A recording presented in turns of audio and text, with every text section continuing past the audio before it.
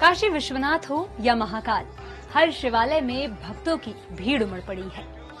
उत्साह ज्यादा इसलिए भी है क्योंकि इस बार सावन महीने की शुरुआत सोमवार से हो रही है।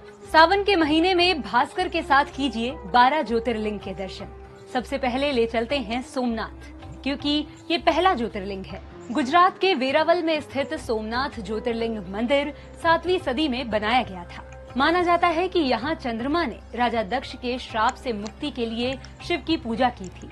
इससे प्रसन्न होकर शिव ने चंद्रमा को पाप मुक्त कर दिया।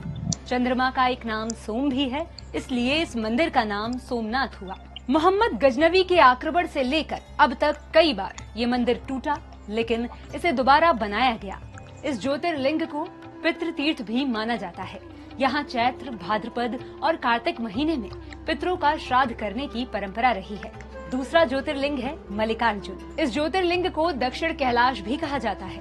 आंध्र प्रदेश में स्थित ये एकमात्र ऐसा ज्योतिर्लिंग है जहाँ भगवान शिव पार्वती के साथ विराजमान है। मान्यता है कि पुत्र कार्तिकेय को मनाने के लिए माँ पार्वती और महादेव ने यहाँ दर्शन दिए, इसलिए मंदिर का नाम मल्लिकार्जुन पड़ा। इस मंदिर का इतिहास करीब 2000 साल पुराना है।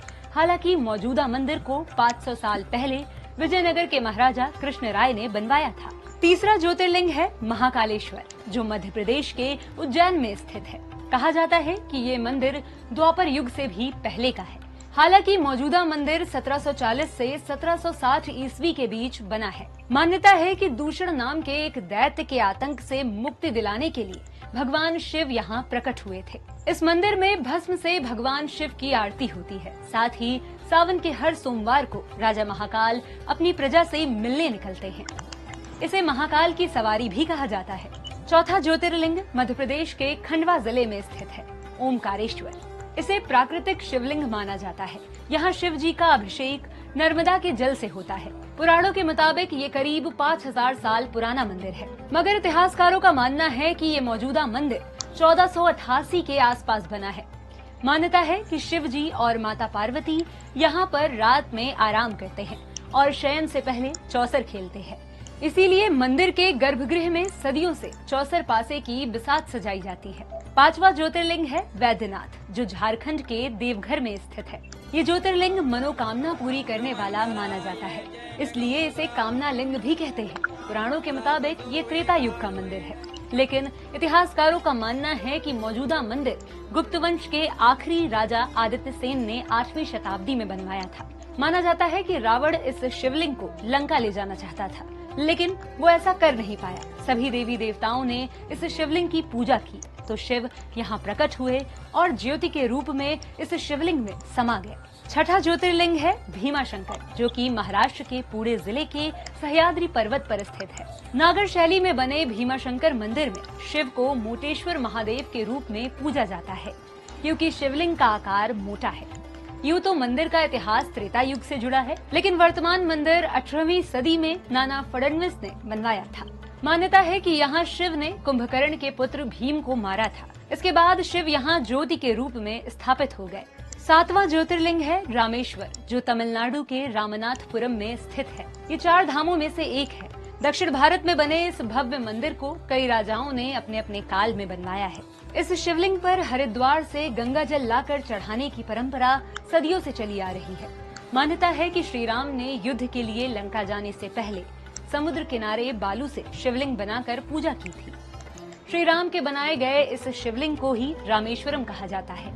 8वां ज्योतिर्लिंग है नागेश्वर, जो कि गुजरात के द्वारका से करीब 17 किलोमीटर दूर है। यहाँ शिव को नागों के देवता के रूप में पूजा जाता है। इतिहासकारों का मानना है कि विदेशी शासकों ने इस मंदिर को कई बार तोड़ा, जबकि मौजूदा मंदिर का शिखर अहिल्याबाई होलकर ने बनवाया था। मान्यता है कि यहाँ शिव ने दारूक नाम के दैत्य को मारा था। 9वां ज्योतिर्लिंग है वाराणसी में स्थित काशी विश्वनाथ। इस मंदिर की कथाएं हजारों साल पुरानी हैं। पुराणों के पवित्र 7 नगरों में काशी एक है। यहाँ महादेव के साथ पार्वती भी विराजित है। मान्यता है कि इस मंदिर में दर्शन पूजन के लिए देवर्षि नारद और सभी देवता आते हैं। इतिहास बताता है कि आक्रमणकारियों ने इस मंदिर को कई बार तोड़ा।